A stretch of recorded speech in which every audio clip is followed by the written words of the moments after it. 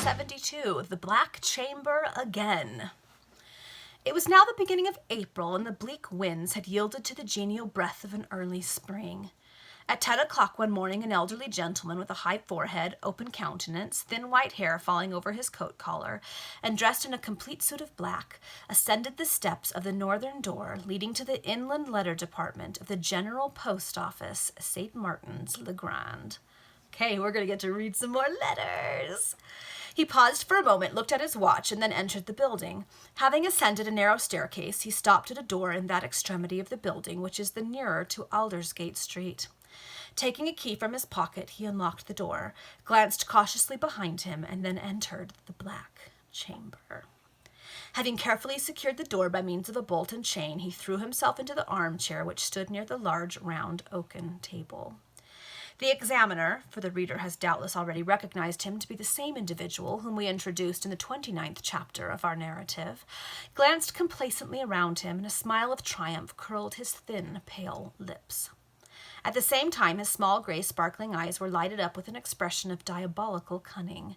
His whole countenance was animated with a glow of pride and conscious power, and no one would have supposed that this was the same old man who meekly and quietly ascended the steps of the post office a few minutes ago. Bad deeds, if not the result of bad passions and feelings, soon engender them. This was the case with the examiner. He was the agent of the government in the perpetration of deeds which disgraced his white hair and his venerable years. He held his appointment not from the Postmaster General, but direct from the Lords of the Treasury themselves. He filled a situation of extreme responsibility and trust. He knew his influence. He was well aware that he controlled an engine of fearful power, and he gloated over the secrets that had been revealed to him in the course of his avocation, and which he treasured up in his bosom.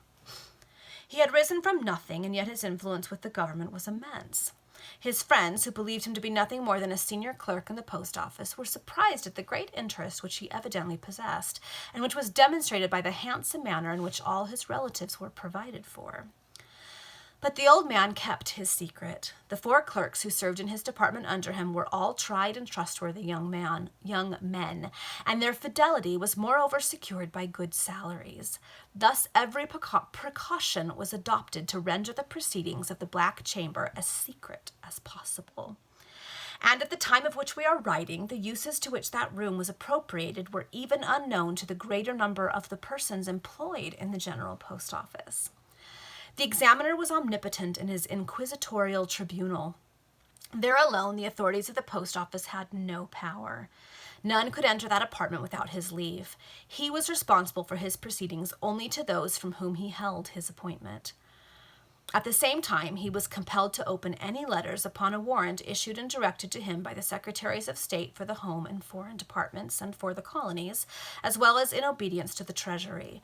Thus did he superintend an immense system of espionage, which was extended to every class of society and had its ramifications through every department of the state. It must be observed that, although the great powers of Europe usually communicated with their representatives at the English court by means of couriers, still the agency of post offices was frequently used to convey duplicates of the instructions borne by these express messengers. And many of the minor courts depended altogether upon the post office for the transport of their dispatches to their envoys and ambassadors.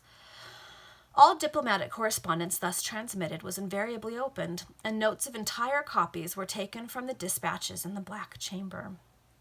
Hence it will be perceived that the English cabinet became possessed of the nature of the greater part of all the instructions conveyed by foreign powers to their representatives at the court of St. James. But the government carried its proceedings with regard to the violation of correspondence much farther than this. It caused to be opened all letters passing between important political personages, the friends as well as the enemies of the cabinet, and thus detected party combinations against its existence, ascertained private opinions upon particular measures, and became possessed of an immense mass of information highly serviceable to diplomatic intrigue and general policy. Truly, this was a mighty engine in the hands of those who swayed the destinies of the British Empire. But the secret springs of that fearful, complicated machine were all set in motion and controlled by that white-headed and aged man who now sat in the Black Chamber. Need we wonder if he felt proud of his strange position? Can we be astonished if he gloated, like the boa constrictor over the victim that it retains in its deadly folds, over the mighty secret stored in his memory? That man knew enough to overturn a ministry with one word. That man could have set an entire empire in a blaze with one syllable of mystic revelation. That man was acquainted with sufficient to paralyze the policy of many mighty states.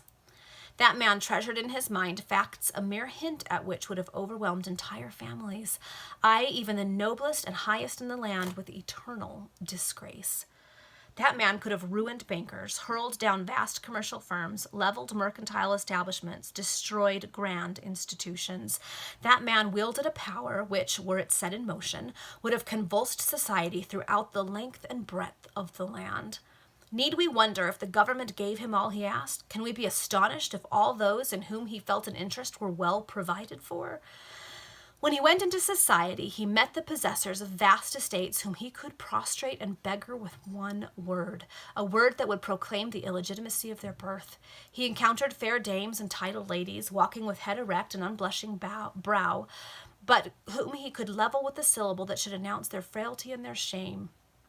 He conversed with peers and gentlemen who were lauded as the essence of honor and of virtue, but whose fame would have withered like a parched scroll had his breath, pregnant with fearful revelations, only fanned its surface. There were few, either men or women, of rank and name, of whom he knew not something which they would wish to remain unknown. Need we wonder if bad passions and feelings had been engendered in his mind? Can we be astonished if he had learnt to look upon human nature as a fruit resembling the apples of the Dead Sea, fair to gaze upon, but ashes at the heart? Presently a knock at the door was heard. The examiner opened it, and one of his clerks entered the room. He bowed respectfully to his superior and proceeded to take his seat at the table. In like manner, at short intervals, the other three subordinates arrived. But the one who came last brought with him a sealed parcel containing a vast number of letters, which he had received from the president of one of the sorting departments of the establishment. These letters were now heaped upon the table before the examiner, and the business of this mysterious conclave commenced. All right, we're about to get some dirt, y'all. The entire process of opening the letters has been described in detail in the 29th chapter. We shall therefore now content ourselves with a record of those letters which were examined upon the present occasion. The first was from Castelcicala to the representative of that Grand Duchy at the English court and was marked private. It ran as follows: City of Montoni, Castelcicala. The undersigned is desired by his lordship, the Marquis of Girano, his Serene Highness's Secretary of State for Foreign Affairs, to inform your Excellency that your dispatches marked L1, M2, and N3 were received in due course. His lordship regrets to find that Prince Alberto positively refuses to renounce his claims to the ducal crown of Castelcicala at the death of the reigning Grand Duke, whom God preserved for many years. His lordship is surprised that Prince Alberto should reject his compromise offered, inasmuch as, by complying with the terms thereof, he would receive a pension of 20,000 pounds sterling per annum, whereas, by obstinately refusing the proposals made by the government of Castelcicala, he will obtain nothing. Moreover, it must be apparent to Prince Alberto that his claims will be set aside by the government of Castelcicala, and that a foreign prince will receive an invitation to accept the ducal crown at the death of his present Serene Highness, the reigning Grand Duke. It would be well to make fresh representations to Prince Alberto, and assure him that he would act wisely to accept offers made in perfect goodwill, and that he may probably regret his obstinacy when too late. If the prince cherishes the idea of enforcing his claims by arms at the death of the reigning Grand Duke, your Excellency would do well to undeceive him, inasmuch as His Majesty the King of Naples and His Holiness the Pope, holding in abhorrence the liberal notions entertained by the prince, will support the government of Castelcicala in its determination to place a foreign prince upon the ducal throne at the death of His Serene Highness, now reigning. The undersigned is moreover instructed by his lordship, the Marquis of Girano, to request your Excellency to pay prompt and full attention to the following instructions. An English lady of the name of Eliza Sidney arrived a month ago at Montoni. She is apparently about 27 or 28 years of age, very beautiful and unmarried. She traveled in a handsome carriage, attended by one female servant and an elderly valet. Although arrived at that mature age, she has preserved all the brashness of her youthful charms, a circumstance which renders her presence here the more dangerous, for certain reasons which the undersigned will detail to your excellency on a future occasion. No, Eliza's in trouble again. This charming Englishwoman brought letters of introduction to certain noble families at Montoni, and immediately obtained admittance into the first society of this capital. She has taken up her residence at the villa possessed by the Earl of Warrington, in the suburbs of Montoni, and is, it is believed, nearly related to that English nobleman. The service now required of your excellency is to ascertain all particulars that can be gleaned concerning her. This is of the very utmost importance. As a guide to your proceedings, it may be as well to mention that Miss Sidney this morning sent a letter to the post office addressed to a Mrs. Arlington, residing in Dover Street, London. The undersigned avails himself of this note to renew to your excellency assurances of his most perfect consideration. March 15th, 1839, Baron Ruperto, Under Secretary of State for Foreign Affairs. No! So Eliza gets settled somewhere else, and now people are like, we don't know about this girl, and they want to find out all they can about her, which means they're probably going to find out that she was in prison, which isn't going to go well for her. I knew Eliza couldn't be safe. No one is in this story. Eliza Sidney, exclaimed the examiner. That is the same young lady whose plot with one Stevens to defraud the Earl of Warrington was discovered through the medium of the Black Chamber and revealed to the solicitors of the Bank of England. The very same, no doubt, sir, observed the first clerk. Then the letter which Eliza Sidney has sent from Montoni to Mrs. Arlington in London must be amongst this packet of correspondence, continued the examiner, glancing at the pile of letters before him, since it left Castelcicala by the same mail as the document of Lord Ruperto. The examiner turned over the letters and at length extracted a particular one from the heap, observing, "Here it is." He then passed it to the clerks by whom it was opened. The contents were as follows. Montoni, 15th March, 1839. Exactly a month ago, my dearest Diana, I wrote to you a hasty note to state my safe arrival in this city after a very pleasant journey through the delicious climes of France, Switzerland, and northern Italy. It was at about 3 o'clock in the afternoon of the 13th of February that the carriage reached the brow of a hill from whence the eye commanded a magnificent view of a vast plain, rich with fertility, bounded at the further extremity by the horizon, and on the right hand stretching down to the sea, the blue of which seemed a pure reflection of the cloudless heavens above. At the mouth of a superb river, which, after meandering through that delicious plain amidst groves and pleasant meadows, flowed into the calm and tranquil sea, the tall towers and white buildings of Montoni met my eyes. It is impossible to conceive anything more charming or picturesque than the sight of this peerless city of Italy. The river's verdant banks are dotted with magnificent villas and mansions, with which are connected beautiful gardens teeming with the choicest fruits and flowers, even at this season of the year. For here, my dear Diana, it is perfect summer. I ordered the carriage to stop for at least a quarter hour upon the hill, that I might enjoy the magnificent view of the vast plain and the beautiful city. Far above the edifices around rose the 2 towers of the ancient cathedral of St. Theodosia, their dark and gloomy masses forming a striking contrast with the extensive white buildings of the ducal palace in the immediate foreground.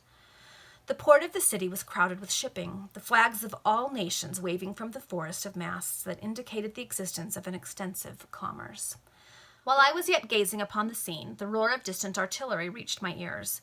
The Grand Duke, as I afterwards learnt, was just coming back from a water excursion in his beautiful yacht, a small steamer rigged as a frigate, and the batteries of the port and the ships of war thundered forth a salute in honor of the royal return. 2 line-of-battle ships, one French and the other English, and 3 frigates of the Castelcicalan navy, had all their yards manned and displayed their colors. Altogether, the scene was one of the most enchanting and exhilarating that I have ever yet beheld. In 3/4 of an hour, my carriage entered Montoni by the suburb of St. Joanna. If I had admired the city from a distant point, how was I enraptured when I could survey it close at hand? It more nearly resembles a fashionable quarter of Paris, which city I had an opportunity of seeing during the 4 days that I remained there on my way hither, than any other place which I have ever yet beheld. The streets of Montoni are wide and the buildings elegant. There are numerous fountains, and all the principal mansions, even in the very heart of the town, have gardens attached to them. At length I reached the fashionable quarter, and having passed the magnificent dwellings of the ministers of foreign affairs and the interior, I passed through the immense arena, on one side of which stands the ducal palace.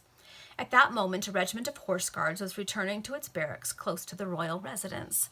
The superb black chargers, the glittering helmets, the cuirasses of the men, the waving plumes, the clang of armor, and the braying of trumpets formed a tout ensemble, so inspiring that I almost wished I was a man to be able to serve in such corps.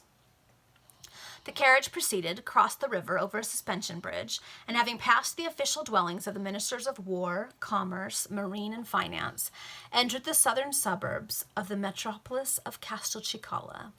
I could not have conceived that any city could have possibly equaled London or Paris in the magnificence of its shops and the amount of wealth displayed in their windows, but certainly Montoni is a miniature counterpart of the finest portions of either the English or French capital. At length I reached the villa so generously placed at my disposal by the Earl of Warrington, whom I can never sufficiently thank for all his kindness towards me. The servants already advertised of my intended visit by letters which his lordship had written from England at the time of my departure, were prepared to receive me. I was immediately comfortable, immediately at home. Oh, how deliciously did I sleep that night, but before I closed my eyes, how fervently did I pray for the welfare and happiness of the Earl of Warrington and of Diana Arlington. And the Earl told you that it was a little villa, Diana. It is a superb mansion. The rooms are magnificently furnished. The gardens are spacious and full of all that is delicious in the shape of fruit or enchanting in the guise of flowers. I wandered for hours in those inviting grounds the morning after my arrival. But would you have me depict my new abode? Listen. Imagine a river half as broad as the Thames at Richmond and far, far more lovely in its scenery.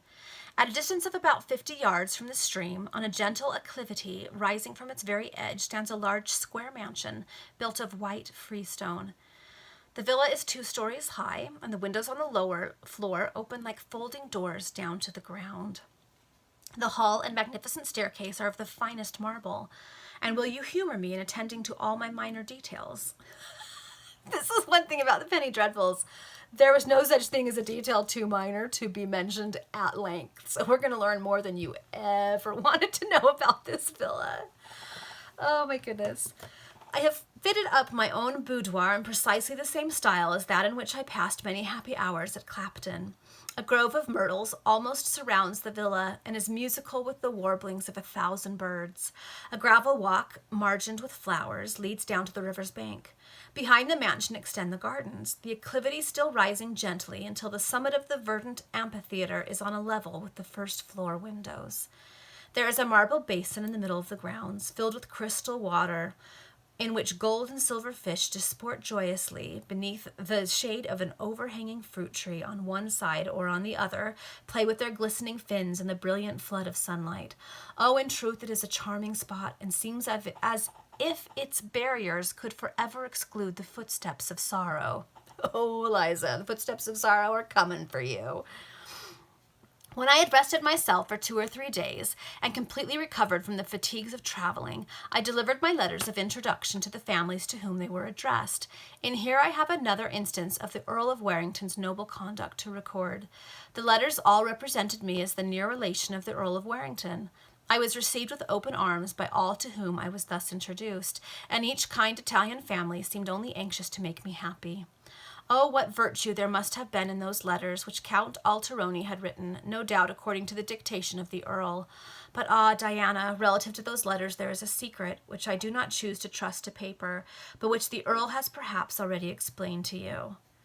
Oh, I do not wonder now that I was not to seek to penetrate their contents in England, neither did I myself ever open them at all, nor is it a matter of marvel that those recommendations should prove such strong passports to the favor of those to whom they were addressed. So there's some kind of secret in the letters, but she's not going to write about it, which means we're not going to hear about it yet. Oh, Eliza, tell us what's going on. One of those letters was directed to General Grachia, the colonel of that very regiment of horse guards which I so much admired on my first entrance into Montoni. He and his amiable family, consisting of a wife and 3 lovely daughters, overwhelmed me with kindness. But now I am going to state something that will surprise you. A few days after I first became known to this delightful family, there was a grand review in the palace square. General Grachia commanded the troops, which mustered to the number of about 7,000.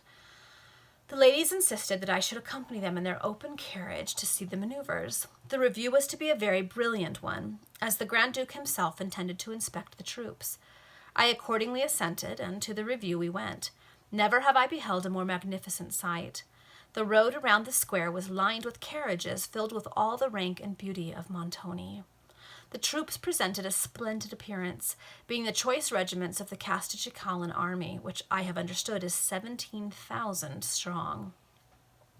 At length the Grand Duke Angelo III, attended by a brilliant staff, arrived upon the arena. He is a fine-looking man for his age, which must be at least 60. He was dressed in a field marshal's uniform and wore, amongst other orders, the insignia of the English Garter, of which he is a knight. He rode a little in advance of the great officers of state who attended upon him, and when the troops presented arms and the band struck up the national air, he took his heron-plumed hat completely off, thus remaining bareheaded until the royal salute was ended.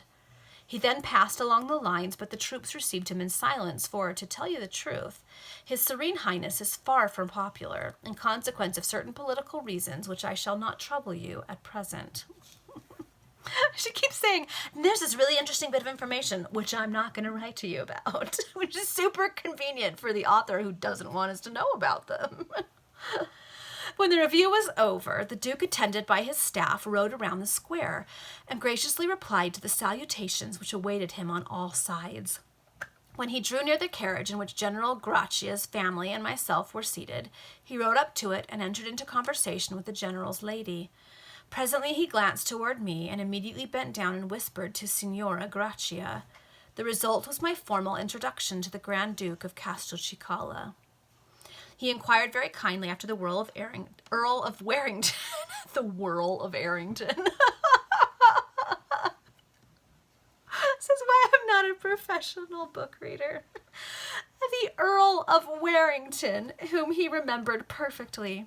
I blushed deeply as I answered his questions, for I was ashamed of the imperfect manner in which I speak the Italian language. For all that I know, as well as the little French with which I am acquainted, I taught myself during my residence at the villa at Clapton. The Grand Duke, however, seemed to comprehend me perfectly. Having conversed with us at least a quarter of an hour, he again whispered something to General Gracia's lady, and then rode on. It appeared that there was to be a grand ball and reception at the ducal palace on the following evening, and this second whisper expressed a positive wish, amounting, on the part of royalty to a command, that I should accompany General Gracia's family. I could not avoid obedience to this invitation. I therefore expressed my readiness to comply with it. And now, my dearest Diana, pardon a woman's vanity, but it struck me that I never looked so well as on that evening when I was dressed for the ducal ball. Oh, Eliza deserves a little bit of those moments of feeling like she looks pretty and is happy. I need scarcely say that the entertainment itself was magnificent. Such a blaze of beauty I never saw before. Oh, what charming creatures are the Italian women, and Montoni is just famed for its female loveliness. The Grand Duke is a widower and has no children. The honor of the evening were entrusted to the lady of the Minister of the Interior, who is also the President of the Council. The Duke opened the ball with that lady. You may laugh at the idea of a prince and 60 dancing, but in Italy everybody dances. I was invited by the major of General Gracia's regiment for the first quadrille, and by Baron Ruperto, Under-Secretary of State for Foreign Affairs, for the second. That's the guy who wrote the other letter. The third and fourth I declined dancing, being somewhat overcome with the heat of the apartments, but the fifth quadrille I danced. This time I could not refuse. No, it was not an invitation that I received, it was a command. I danced with the Grand Duke of Castelcicala. I found on this occasion that His Highness speaks English well. He emigrated, it appears, to England when the French armies occupied Italy, and resided in London for some years. We accordingly conversed in English. He expressed a hope that I should make a long stay in Montoni, and observed that he should be very angry with General Gracia's lady if she did not always bring me to court with her on the evenings of reception. I was at a loss how to express myself in return for so much condescension, and I am afraid, my dear Diana, that I was very awkward. On the following morning, one of the Duke's attendants arrived at the villa with a present of the choicest fruits and flowers for me. He informed me that they were sent by order of His Highness, and the messenger was expressly commanded to make inquiries concerning my health. I thanked him most sincerely for this act of kindness on the part of his illustrious master, and when he had taken his departure, I sat in a delicious summer house the entire morning, wondering to what circumstance I could have been indebted for such a token of royal favor. Okay, so it sounds like maybe the Grand Duke is kind of interested in her, which would explain why the undersecretary was like, we need to know a little bit more about this lady because this is a significant thing. A few days elapsed, and the same messenger returned, bringing me a quantity of the most select Italian works, all beautifully bound, and with the ducal arms printed on the flyleaf. Beneath this blazonry were the words, from Angelo III to Miss Eliza Sidney, and now I asked myself, what can all this mean? 2 days more passed when I received an invitation from Signora Gracchia that there was to be a select conversazione in the evening at the palace, and that I was especially invited. I accompanied General Gracchia's family, and the moment we entered the room, the Grand Duke accosted us. After conversing with us for a few moments, he offered me his arm, saying that he would conduct me to inspect his sculpture gallery. This splendid museum communicated with the apartments wherein the company, which was by no means numerous on this occasion, was assembled. His Highness led me into the gallery and explained all its curiosities. The works of art by some of the most eminent masters are very valuable. His Highness evidently prolonged the inspection as much as possible, and his language was occasionally interspersed with a compliment calculated to flatter me, nay, Diana, to make me very vain. When we returned to the drawing rooms, the Duke led me to a sofa, seated himself by me, and conversed with me for a considerable time. He asked me many questions relative to my family, whether my father and mother were still living, whether I had any brothers or sisters, and in what degree of relationship I stood towards the Earl of Warrington. He then asked me how it was that I had not as yet launched my fortunes in the bark of matrimony. I blushed deeply at this question and replied that I had never as yet encountered anyone with whom I had chosen to link my destinies. He then spoke of the peculiar position of princes, observing with a deep sigh that they could not always follow the bent of their inclinations, nor obey the natural dictates of their affections. During the remainder of the evening, I was the object of universal attention. I could not then conceive wherefore, on the part of the noble and beauteous guests assembled. Everyone manifested the most respectful courtesy toward me, and General Gracchia's family were more kind to me than ever. Ah, a vague suspicion darted across my mind. Could it be possible? Oh, no, no. That were the height of the most insane presumption. Oh, I don't think so, Eliza. I think you're on the right path. Day after day passed, and frequent were the tokens of the Grand Duke's favor which I received, but all of the most delicate description, flowers, fruits, and books. I was also compelled to accompany the Gracchias to all the ducal soirees and receptions, and on each occasion the Duke paid me marked attention. Oh, my dear friend, my heart beats when I remember that only last evening His Serene Highness pressed my hand and said to me in a low but impressive tone, "Would that I were not a prince, or that you were a princess." I can say no more at present, dearest Diana, but you shall speedily hear again from your sincerely attached and ever deeply grateful Eliza Sidney. No wonder, said the examiner dryly, that Baron Ruperto has desired the envoy of Castelcicala at the English court to make inquiries relative to Miss Eliza Sidney. Let the contents of both letters be duly noted and forwarded to Her Majesty's Secretary of State for Foreign Affairs. Okay, let's end the chapter. So this Grand Duke is paying Eliza a lot of attention. Clearly he's falling in love with her. I can't tell if she's falling in love with him or not, or just feels flattered. Okay, that's the end of that chapter. I don't know if we're going to have any more letters being read in the Black Chamber or if that's all we're getting this time. We'll see in the next chapter.